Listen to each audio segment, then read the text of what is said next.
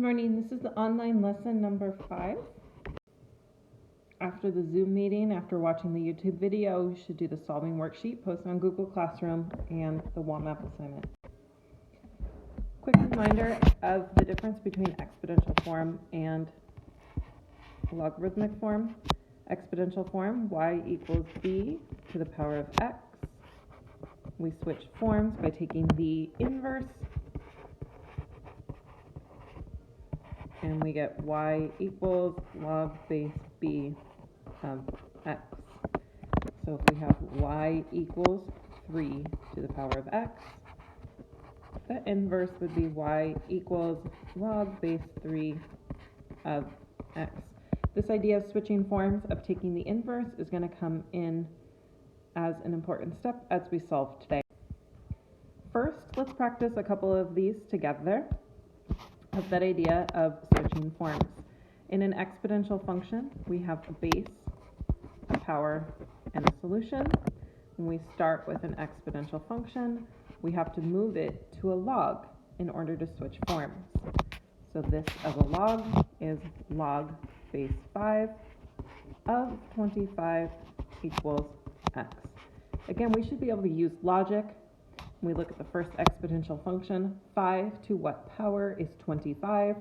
Or if we look at this in log form, log base 5 of 25, you're solving for that power. So this simplifies to 2. On the second example, I have 10 to the power of x equals 1,000. Again, when I switch this into a log form, it's log of my base, which is 10 of 1,000 equals x. Now this is what we call our common log, so we don't actually identify that as a base of 10, and we just make the assumption that anytime it's just log of something, it is base 10. So when I think about 10 to what power is 1,000, there are 3 zeros, so this is 3. We can evaluate that without our calculator. If it starts off as a log, we're going to switch it to exponential in order to solve. So again, I'll review base, solution, power. So when we switch that to an exponential, it's your base to your power equals x. Again, we can solve that without a calculator. On the second example here, log base 3 of x equals -2. We're taking our base to our power equals x. Let's remember with a negative exponent that turns into a fraction. That 3 squared is on the bottom, 3 squared is 9, so your answer is 1/9. On our last example here, again, these are kind of opposite operations of each other, opposite examples. If you see something with just log of x, you make the assumption that's base 10.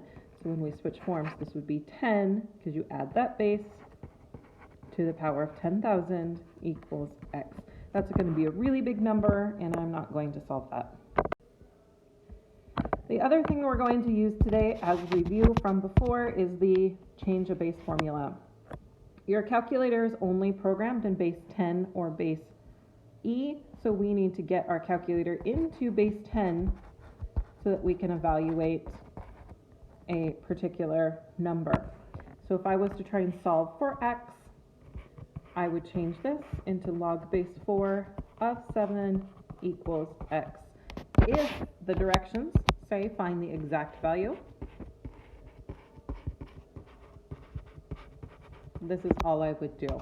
If the directions ask me to round or find an approximate value, now I would need to add the change of base formula in order to get a decimal approximation. So to use the change of base, it's log of your old number divided by log of your old base. You can find this either on Desmos and evaluate that decimal, your regular graphing calculator,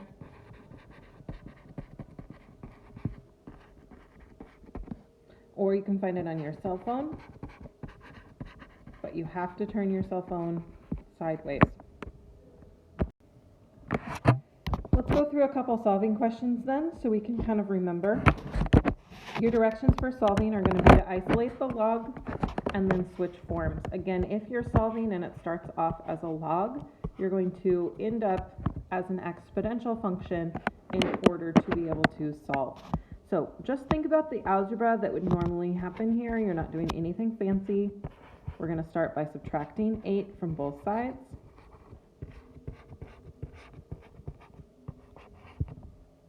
Then we're going to switch forms. Again, your subscript is your base. On the other side, the equal sign is your power, and the x would be your solution. So 32, or 2 to the 5th power means that we have 2 5 times. 1, 2, 3, 4, 5. 2 times 2 is 4, times 2 is 8, times 2 is 16, times 2 is 32. So we can get that value for x at x equals 32 without needing a calculator. Go through one more example. Again, we're going to isolate that log and then switch forms. Anytime it starts off as a log, it's going to finish in exponential form. So algebraically, let's move the 11 from the left to the right.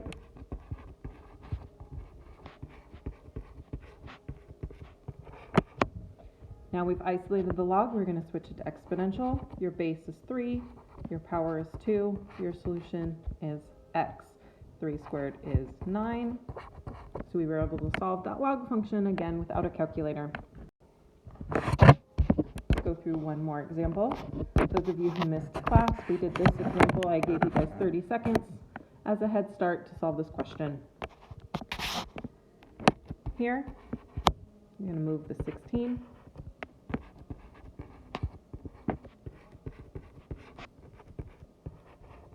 Switch forms. 2 cubed is 8. When we're solving exponential functions, we're going to do exactly opposite what we just did. We're going to isolate the exponential part and then switch to a log. So if it starts off as an exponential, you're going to switch to a log. Before we switch it, we have to isolate the component that is an exponential. So we're going to start by dividing both sides by 10.9.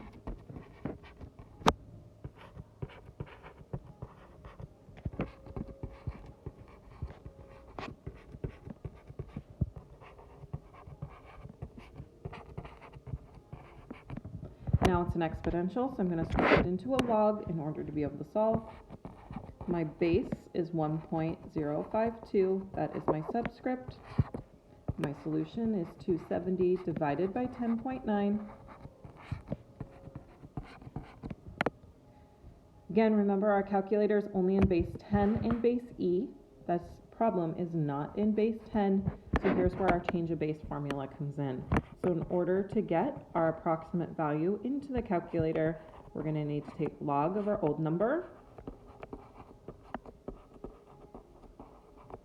Make sure you close the parenthesis. Divided by log of your old base. You press enter and get the decimal approximation. For this question, it's 63.315486. Let's say I want to round to the nearest hundredth. That'd be 63.32.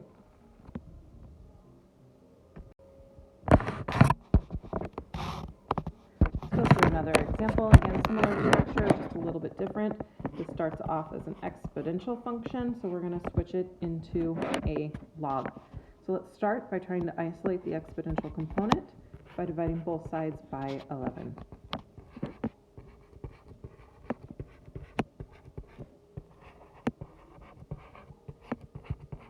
Now I'm going to switch forms into the log. My base is 1.049. My solution is 290 divided by 11. Again, if I want to find the approximate value, I have to use the calculator. So into my calculator, I'm going to type log of my old number divided by log of my old base.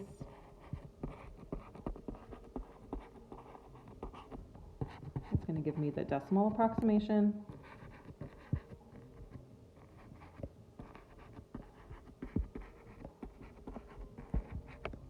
and then I round appropriately. Again, if we're rounding to the nearest hundredth, which is the second decimal place, this becomes 68.340. The 8 would make the 9 round up, which makes that round up. That's the end of the lesson. Again, at this point, you should be doing the bookwork worksheet and the WAMAP assignment.